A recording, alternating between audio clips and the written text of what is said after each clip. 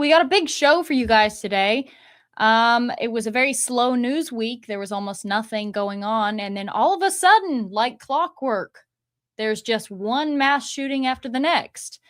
The shooting we got to talk about, which is dominating the headlines right now, is, of course, the shooting that happened in Bondi Beach in Australia, which left 15 people dead after this shooting. There were two gunmen that carried it out, and it's just very strange. Israel wants a war desperately with Iran, but as the people's impression of Israel declines, as people's approval of Israel declines, 50% of people in America hold under unfavorable views of Israel. So that's taking a toll. Iran is the last piece of the puzzle that is in Israel's way, preventing them from being a regional power in the area. So that's what they want. That's their goal. So keep that in mind. What do they want? They want greater Israel. They want complete dominion of the region, and they want to be a world power, because right now they're dependent on the United States. They don't want that. They don't like the fact that we kind of hold the reins on them, or we could. We're not holding the reins, but we could. We have the opportunity, because they would not exist if it wasn't for us. And that's just the reality, because when you make it a habit of bombing and butchering and wreaking havoc on your neighbors, they don't wish you well. So if they had the opportunity, they would try to take you out. The only thing that's preventing them is Big Brother America. America always steps in and fights their wars. But of course, America no longer, at least the people of the United States, no longer want this war, and we want to decouple from Israel. That's the general sentiment in the United States over the past 2 years, especially after October 7th and the genocide going on in Gaza. So with that background in mind, keep that in mind. Keep what is Israel's objective here? They want war with Iran. Okay? They want speech codes. They want anti-Semitism laws. They want the people to be disarmed. That means taking away their guns. So people want to decouple. They don't want to hurt people. They don't want to kill people. They want to decouple. They want to stop sending foreign aid to this country, and they want to stop having our politicians and their politicians being paid off by Israel lobbies. So here, take a listen to the Prime Minister and his thoughts on what the greatest threat to Australia is. We take Asia's advice very seriously. We work closely with them. We receive regular updates as well. The Director General of Asia has warned about a range of threats, be it anti-Semitism, the rise of right-wing extremist groups as well. And we continue to work closely with our security agencies. So keep that in mind. What is in the way of Israel's ultimate goal? Well, it is nationalism. And that's what's sweeping the nations. It's not racism. It's not bigotry. It's nationalism. It's people who want to put their own countries first. They want deportations. They want to stop with the mass immigration. And they want to get rid of this chokehold that Israel has over their countries. So as they're out protesting in the streets and saying, we don't want censorship anymore. We want to have our country back. We want the freedom to live in our country that we built. They plan on exploiting this situation. That's always what these people do. They either create the situation and they create the tragedy, or they exploit an organic tragedy. One thing that's bad for Israel is other countries saying we want what is best for our own country. Okay? So a threat to Israel is when people say we want our countries being put first. That's not radical. That's not insane. That's not hateful. That's not violent. That's not terrorism. That's just people saying, hey, we pay our taxpayer money. This is our country that our ancestors built. We would like it to be great again. We don't want to enrich another country at our own expense. But they see, of course, that as massive threat, and they want to pass more anti-Semitism laws. So here again is the Prime Minister and the media discussing anti-Semitism laws. Left unchecked, as you were just saying, anti-Semitism leads to terrorism and violence targeting the innocent. Your government has come under criticism in claiming that it has effectively responded to the rise of anti-Semitism in Australia since October 7, 2023. In September, your government recognised a Palestinian state. Your ministers have attacked the Israeli government. Senior ministers refused to visit the sites of the October 7 massacres. and you created a special Islamophobia envoy alongside an anti-Semitism envoy. Have you taken the threat of anti-Semitism seriously, and can you guarantee the safety of Jewish Australians? Yes, we have taken it seriously, and we've continued to act. But again, the media is doing what they do best, and they are trying to pressure the government into passing even more anti-Semitism laws because there's not enough of them, right? You can't boycott Israel. If you're a business, you could be fined, you can be imprisoned if you boycott Israel, but that's not enough. People can't even now speak out. And by the way, the net that they cast for what is anti-Semitic is very wide. So it basically catches people saying, I'm not cool with foreign aid being sent. And those same people are not cool with foreign aid being sent anywhere, whether it's Africa, China, Ukraine, wherever. But that's anti-Semitic. Saying that you want mass immigration to stop, that's anti-Semitic. Saying that, hey, maybe people who, isn't it a little bit weird that all of our politicians go and kiss the wall? That's anti-Semitic. Hey, we want our country being put first. I know it might come at the, it might not benefit Israel the most, but I think we should pass laws that help Americans and Australians and Europeans first, and then we can maybe think about Israel next. That's anti-Semitic. Do you see what's going on here? Do you notice the pattern?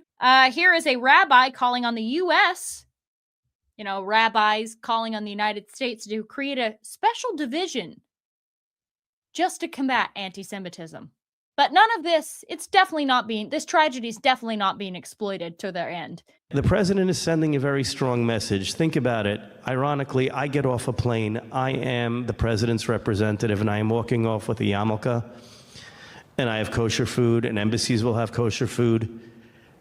It is a game changer. The appointment is a game changer. And it's not about history. It's about education. And how do we educate? Indonesia has 350 million Muslims living in the country. How do we change their textbooks?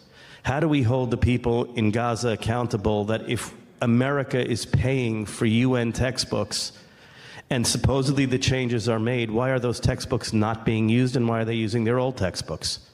We have to teach people it's not okay to educate your kids to be a martyr.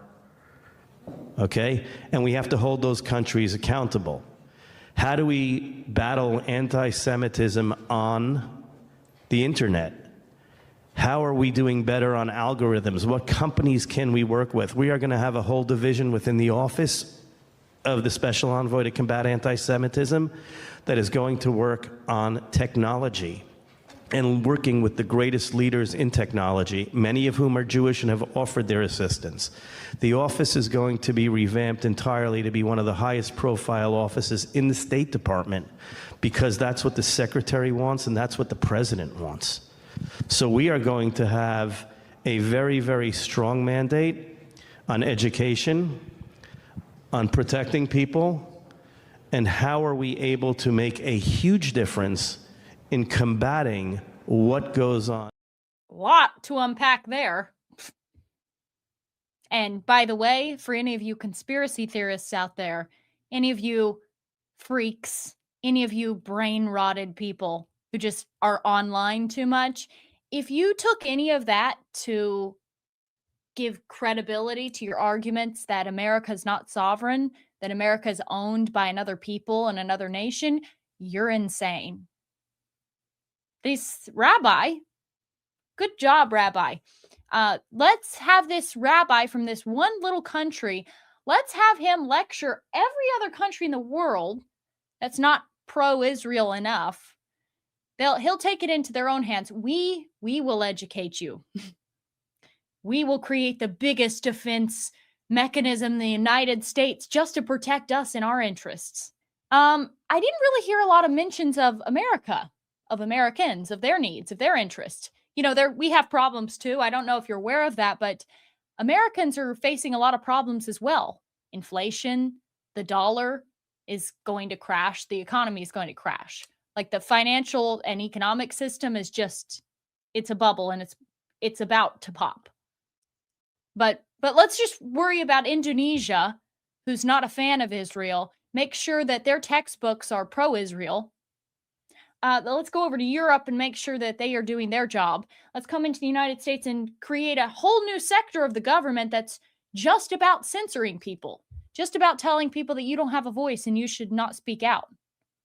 But again, if you suggest, and I'm speaking to any of you low IQ anti-Semites out there, if any of you suggest that our country is maybe owned by an occupying force, if you suggest that, you're insane. You're basically a terrorist because words are violence and violent people should be thrown in jail. So any of you out there who think that your country should be put first above the interest of another country, you are wrong and you should be jailed, okay?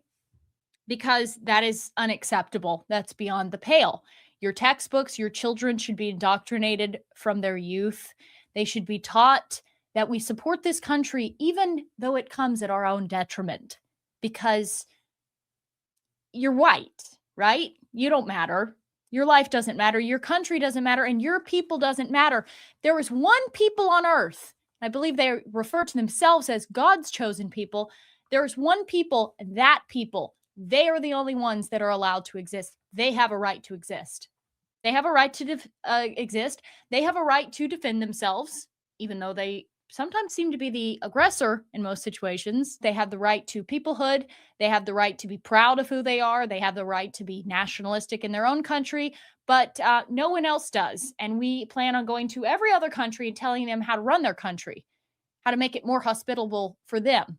No other people and no other nation has a right to sovereignty. No other nation, no other country, no other people have a right to be proud of them. And no other country has the right to be nationalistic. There's only one country in the Middle East that can be created for their people, and that's it. They're allowed to be nationalistic. If any of you else do it, you're a problem. You need to be dealt with. You need to be silenced. You need to be censored. You need your voice taken away. And truly, probably what's even best is you need imprisoned. Here's again the Prime Minister of Australia saying that far-right people are the national security threat. Just briefly, to be clear, your priority from National Cabinet in relation to the gun laws, what is the number one priority for you? I would put them all together, making sure that they operate effectively and that they're kept up to date and that they're updated for the changing threat. We live in a more dangerous world in 2025. The threat of anti-Semitism, as we have seen, is very real. Threats of other occurrences, such as the rise in the far right, which has also been identified, of course, by Mike Burgess, is also a threat as well. Well, yeah, it really, isn't this a crazy self-report as well? If the far right, if the patriots, if people who are patriots and care about their countries and say we want our countries put first, if they're considered a threat by the government, that means the government hates your country. Do you not see the logic there?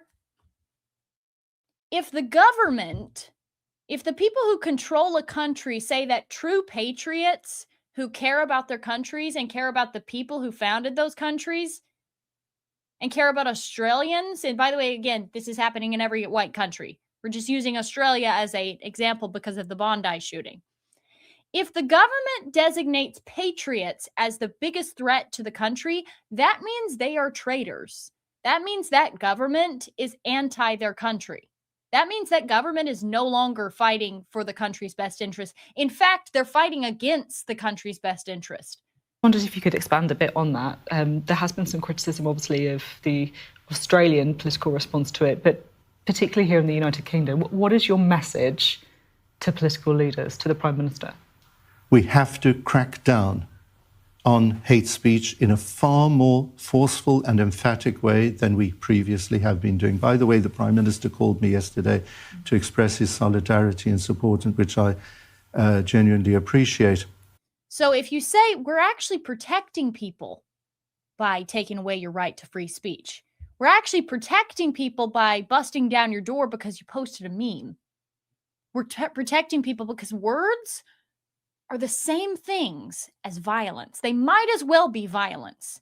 Because if you say something, that means violence will occur. If laws need to be passed, we should recall the Parliament and undertake to do exactly that. I stand with all Australians in this moment of shared grief, and I give this undertaking to the Australian people. We will do whatever it takes to force the strongest possible action from governments to keep Australians safe, to keep Jewish Australians safe, and to secure justice. Their solution will be take more guns away that we already don't have and take more freedom of speech away that we already don't have. This is a dystopian country, guys. We're living in dystopia. And that's already what they're doing. They're already pushing for a massive crackdown on the guns.